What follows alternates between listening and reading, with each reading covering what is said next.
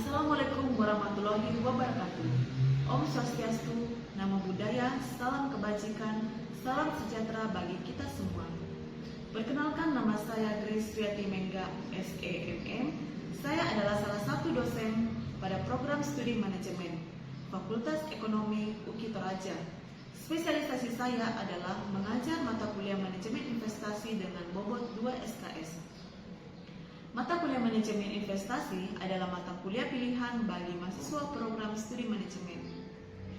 Selanjutnya saya akan menjelaskan deskripsi mata kuliah, capaian pembelajaran, dan metode pembelajaran yang digunakan dalam perkuliahan manajemen investasi. Pertama, deskripsi mata kuliah. Mata kuliah ini memberi kemampuan kepada mahasiswa untuk menjelaskan dan menyeleksi investasi baik pada lembaga keuangan bank maupun lembaga keuangan non-bank. Bagaimana cara mengelolanya dalam manajemen portofolio, menganalisis secara teknikal dan fundamental, dan juga bagaimana mengevaluasi risiko dan imbal hasil dalam suatu investasi. Adapun capaian pembelajaran yang diharapkan pada mata kuliah ini adalah mahasiswa diharapkan mampu menjelaskan investasi, bentuk, tipe-tipe dan proses investasi, pengelompokan lembaga keuangan bank dan lembaga keuangan non-bank, bentuk dan fungsi lembaga keuangan bank dan non-bank. Yang kedua, mahasiswa mampu menyeleksi asuransi, dana pensiun, pasar modal, obligasi, saham, reksadana, dan manajemen portofolio. Yang ketiga, mahasiswa mampu mengoperasikan pasar sekunder dan mekanisme perdagangan. Yang keempat, mahasiswa mampu menganalisis teknikal, fundamental, dan analisis ekonomi dan industri dalam perdagangan saham. Yang kelima, mahasiswa mampu mengevaluasi risiko dan imbal hasil. Untuk mencapai kemampuan tersebut, mahasiswa akan diberikan topik selama 14 kali pertemuan dalam satu semester. Adapun topik pertemuan tersebut adalah konsep manajemen dan investasi. Yang kedua, lembaga keuangan bank dan lembaga keuangan non-bank. Yang ketiga, asuransi.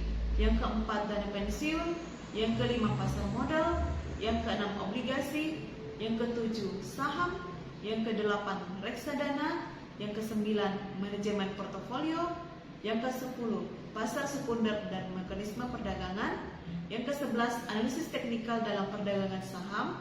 Yang ke-12, analisis fundamental dalam perdagangan saham. Yang ke-13, analisis ekonomi dan industri. Dan yang ke-14, resiko dan imbal hasil.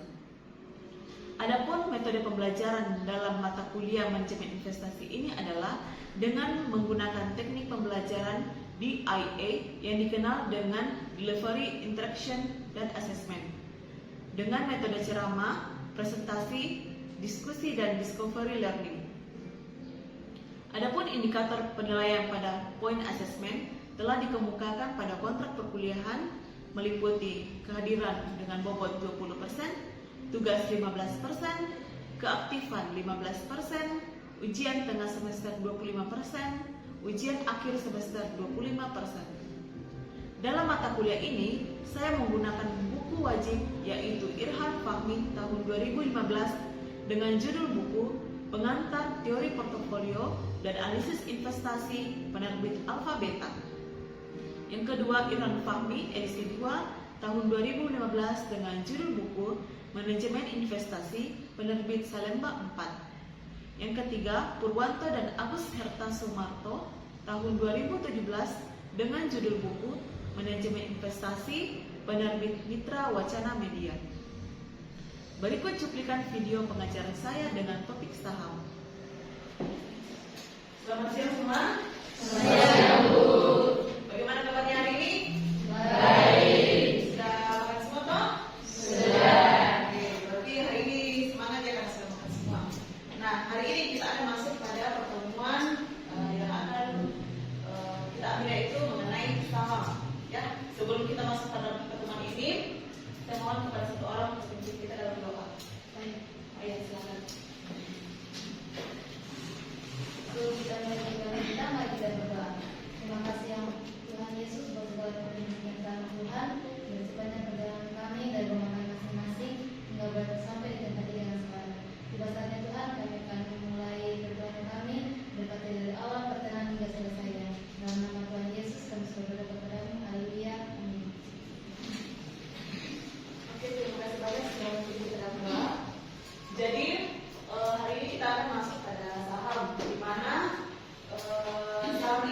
ada kaitannya dengan materi minggu lalu. Ada yang masih ingat materi kita minggu lalu? Ada yang masih ingat? Ya, betul, obligasi. Berarti semua masih ingat ya, obligasi. Kira-kira apa itu obligasi? Masih ingat? Ya, apa? Obligasi adalah jenis instrumen keuangan yang merupakan bentuk utang yang dikeluarkan oleh perusahaan, pemerintah, atau lembaga keuangan dengan jangka waktu pendek. Iya, betul sekali. Siapa namanya? Krishna. Iya, Krisna. Terima kasih ya, Krisna. Jadi, obligasi itu ada kaitannya dengan saham. Di mana kalau saham dan obligasi itu sama-sama instrumen keuangan dalam pasar modal. Kalau obligasi itu sifatnya jangka pendek, kalau saham itu sifatnya jangka panjang. Dan obligasi itu lebih risikonya itu lebih rendah dibanding dengan saham, ya. Saham ini adalah bentuk kepemilikan seorang perseorangan ya dalam suatu perusahaan. Jadi kalau misalnya kita membeli saham suatu perusahaan, maka itu berarti kita memiliki masuk dalam kepemilikan saham tersebut, perusahaan tersebut. Misalnya Bank Mandiri, kita beli berapa lot, maka kita termasuk sebagai pemilik dari Bank Mandiri tersebut, ya. Nah nanti sebagai pemilik saham, maka kita berhak untuk hadir dalam rapat umum pemegang saham. Nah itu biasanya diadakan pada saat akhir tahun. Kemudian keuntungan saham itu ada dua, ada dividen dan juga ada capital gain. Kalau dividen ini adalah keuntungan yang diberikan oleh perusahaan kepada pemegang saham. Jadi nanti ada waktunya kapan dividen itu dibagikan, kapan juga dividen itu tidak dibagikan. Ya, itu salah satu keuntungannya. Kemudian ada yang namanya capital gain. Ya, capital gain ini akan diterima oleh investor atau pemegang saham apabila dia menjual sahamnya lebih tinggi dibanding harga belinya. Ya, misalkan dia membeli Bank Mandiri ya.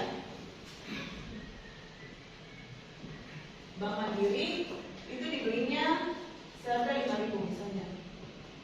Kemudian dia investasikan dan kemudian mungkin ada berapa tahun atau berapa hari kemudian Bank Mandiri ini naik harganya menjadi 6.000. Berarti Bank Mandiri ini kemudian apa? Kemudian investor itu menjual Bank Mandiri ini di harga 6.000. Maka selisih dari harga ini berapa? 1.000. Ini adalah namanya capital gain, ya. Itu namanya capital gain. Kemudian kerugian saham. Jadi di saham itu juga selain kita mendapatkan keuntungan, ada juga risikonya. Ya, kalian harus tahu risikonya. Di mana kerugian dari saham itu ada namanya capital loss. Dan ada juga risikonya yaitu risiko likuidasi. Nah, kerugian saham yang dinamakan capital loss, tadi kan ada capital gain ya, keuntungan. Nah, kalau misalnya capital loss itu adalah kalau misalnya kita beli Bank Mandiri di harga 5.000, kemudian suatu saat harganya turun itu menjadi 4.000 dan kita jual, maka ini selisihnya 1.000. Ini namanya capital loss. Itu dikalikan dengan berapa lembar saham. Satu lembar saham itu satu lot itu berapa lembar saham sekarang? Ada 100 lembar saham ya. Satu lot itu sama dengan 100 lembar saham. Nah, coba kalian dikalikan dengan kerugiannya ini kalau misalnya kalian rugi. Kemudian yang kedua yaitu resiko likuidasi. Resiko likuidasi ini terjadi apabila perusahaan tersebut dinyatakan bangkrut. Ya. Jadi kalau misalnya perusahaan masuk di Bursa Efek Indonesia belum tentu bahwa perusahaan itu bagus semua. Ya, bisa saja perusahaan tersebut bangkrut. Nah, kalau misalnya perusahaan tersebut dinyatakan bangkrut, berarti kalian sudah tidak bisa menjual kembali sahamnya. Ya, bisa saja perusahaan tersebut tidak pernah melaporkan laporan keuangannya, kemudian bursa akan memberikan namanya delisting, akan dikeluarkan dari Bursa Efek Indonesia. Kemudian jenis saham. Jenis saham di sini terdiri atas dua jenis, ada namanya common stock dan ada namanya preference stock. Common stock ini adalah saham biasa, preference stock ini adalah saham prioritas. Ya. Apa perbedaannya? Perbedaannya di sini yaitu kalau misalnya common stock atau saham biasa, maka akan diberikan yang namanya hak suara. Ya, ada namanya diberikan hak suara. Misalnya tadi Ibu katakan kalau kita sebagai pemilik saham berarti kita akan mengikuti rules. Nah, pada saat rapat umum pemegang saham, hak suaranya kita itu, misalnya kita berpendapat bahwa tahun ini dividen tidak layak untuk dibagikan, maka itu akan diperhitungkan di dalam rapat umum pemegang saham. Ya, walaupun kita punya jumlah saham itu kecil. Tetapi kalau saham preference itu tidak diperhitungkan suaranya.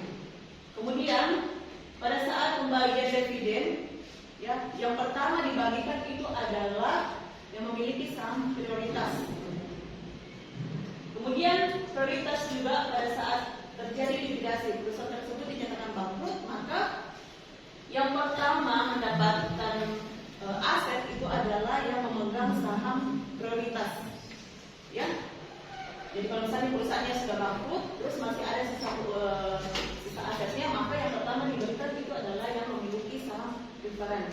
Nah, kalau misalnya masih ada itu, maka akan dibagikan kepada yang memiliki saham biasa. Ya. Kemudian prioritas dalam aset saat likuidasi ini fix akan dibagikan. Kalau yang common stock itu masih tanda tanya akan dibagikan atau tidak. Kemudian contoh di Bursa Efek Indonesia, kalau misalnya di sini ada contohnya yang direct dan ada direct P. Kalau saham biasa, misalnya di Bank Mandiri,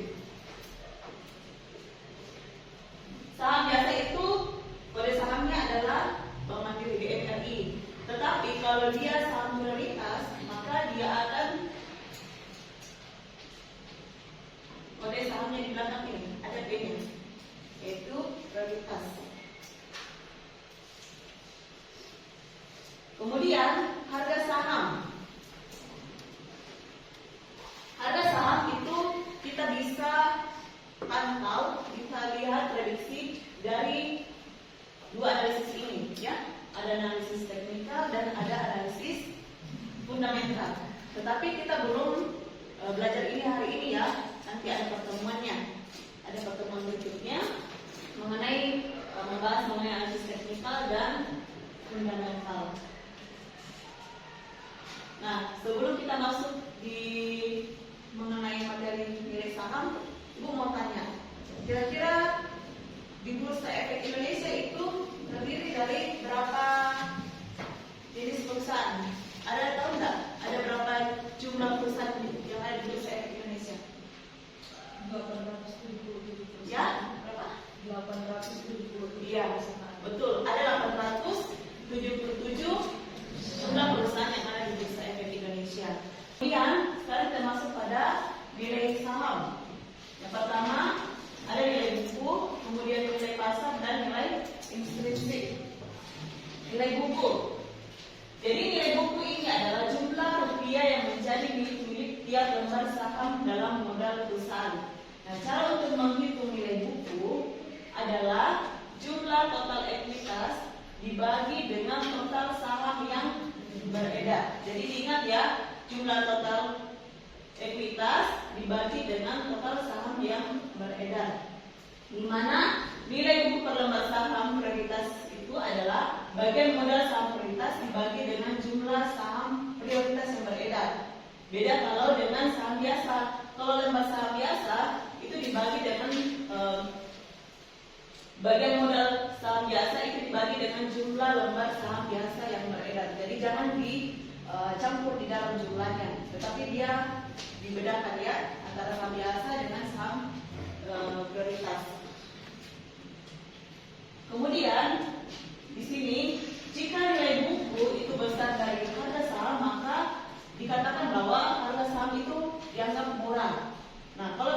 nilai buku kurang dari harga pasar, maka harga saham itu dikatakan terlalu murah. Nah, kalau misalnya nilai bukunya itu sama dengan harga pasar, maka dikatakan bahwa harga saham itu wajar, ya. Contohnya, di sini kita akan menghitung Bank ABCD pada tahun 2022 memiliki total ekuitas sebanyak 119.491.841.000 dan jumlah saham beredarnya yaitu 23 juta. Maka hitunglah nilai bukunya. Tadi masih ingat Pak perhitungannya? Yaitu jumlah total ekuitas dibagi dengan saham yang beredar. Nah, coba kalian hitung dulu ini.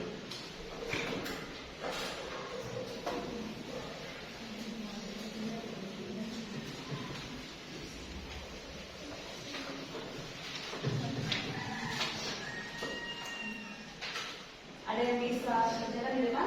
Saya Bu. Ya.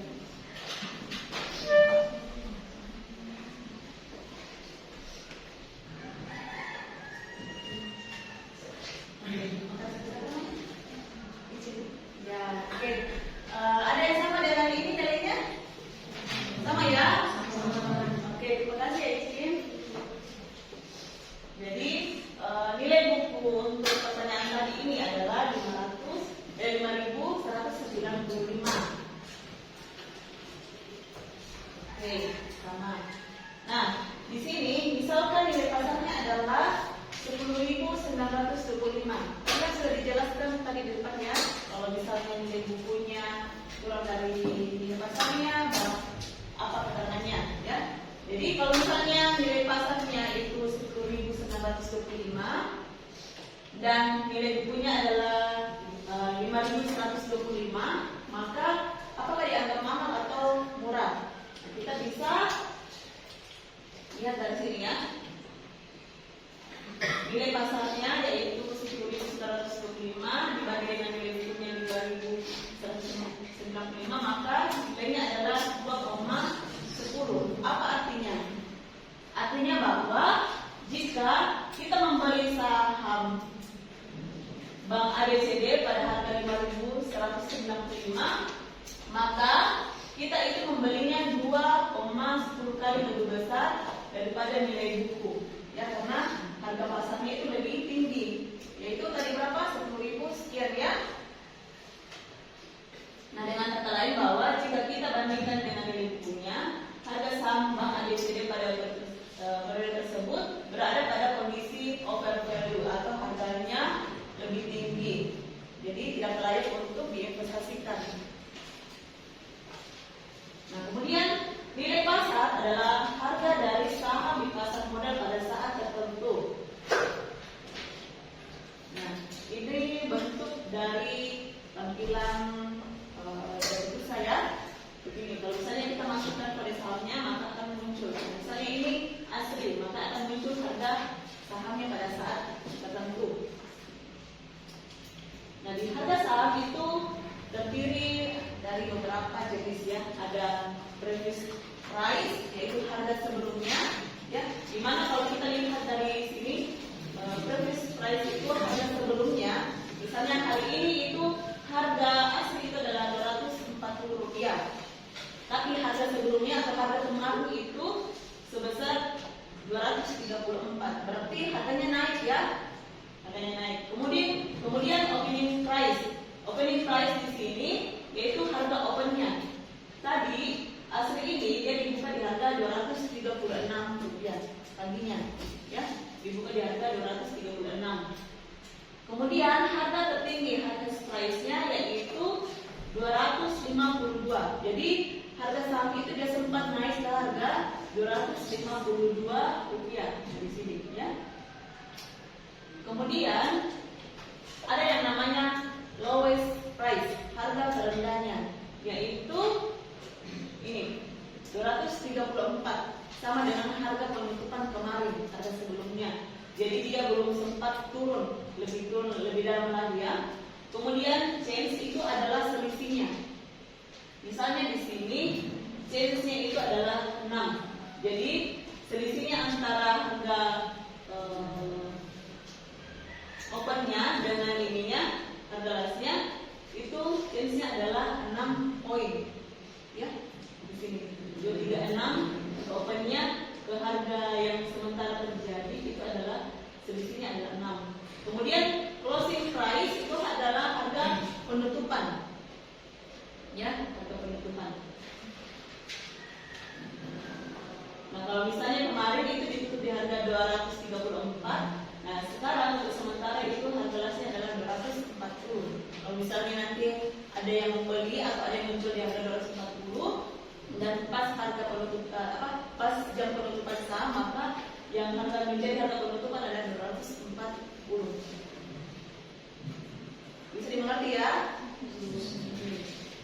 Nah, kemudian nilai intrinsik.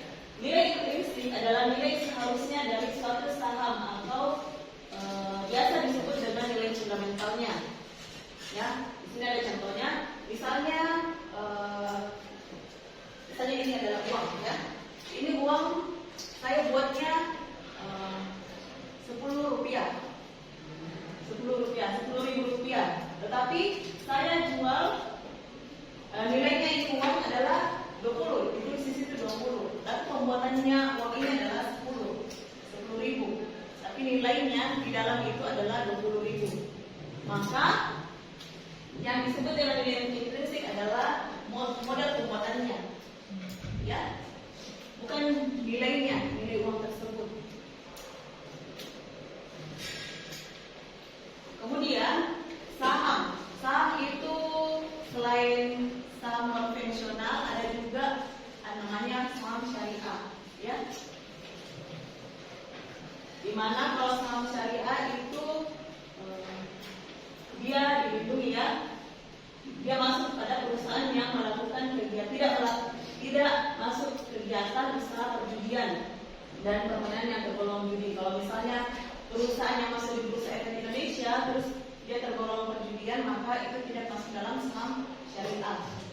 Kemudian perdagangan yang dilarang menurut syariah, jasa keuangan ribawi, misalnya perusahaan yang memberikan bunga, ya, misalnya kayak bank, ya, itu dia tidak termasuk dalam saham syariah, kecuali kalau bank syariah. Kemudian jual beli resiko yang mengandung unsur ketidakpastian, kemudian memproduksi, mendistribusikan, memperdagangkan dan menyediakan barang yang dianggap tidak halal dalam Islam, dan melakukan transaksi yang mengandung unsur suap. Jadi itu yang tidak termasuk dalam saham-saham syariah. Oke, ada yang bertanyakan di sini? Ini materi kita selesai, ya. Ada yang bertanyakan? Ya. Siapa namanya? Silvana.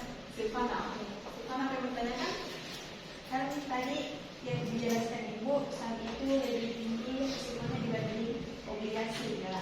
Nah, yang saya tanyakan, mengapa saham itu lebih tinggi risikonya daripada obligasi? Oke, terima kasih Silvana, ya.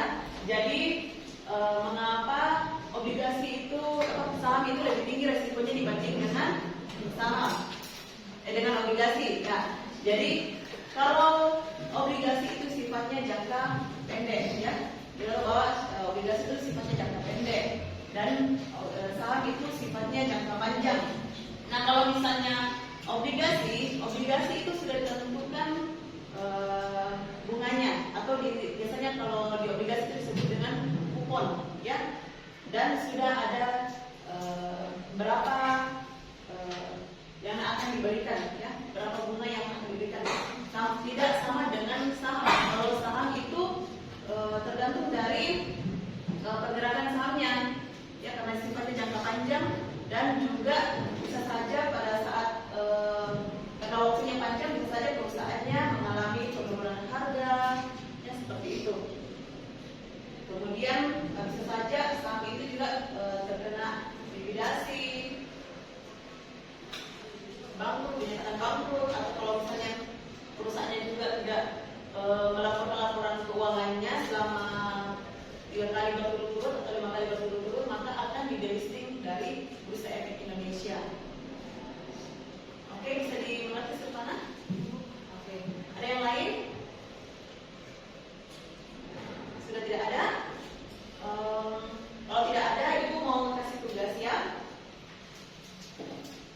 itu adalah mendownload laporan keuangan di Bursa Efek Indonesia. Kalian boleh cari di www.idx.go.id.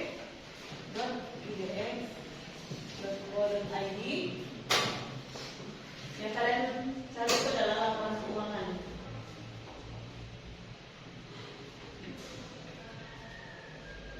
Tadi kan temannya sudah jelaskan ada 877 ya perusahaan di Bursa Efek Indonesia. Nah, di sini kalian ada berapa orang? Tidak sampai 877. Jadi bisa satu orang per laporan keuangan. Ya, jadi usahakan perusahaannya itu tidak sama. Ya. Jadi nanti masuk di grup ya, akan rilis siapa yang ini sama Mandiri. Kalian yang masuk nanti supaya tidak sama perusahaannya. Kemudian nanti kalian lihat di laporan keuangannya itu, kalian lihat nilai bukunya berapa, ya. Dan nilai bukunya berapa, jumlah saham beredarnya berapa, modalnya berapa.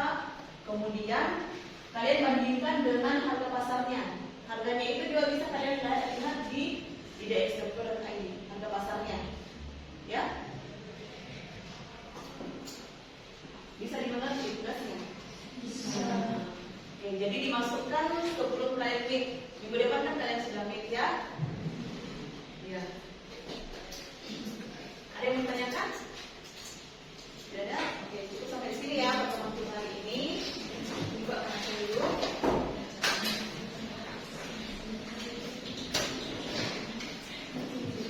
Izin. Boleh datang si izin. Widyasari, ada dulu.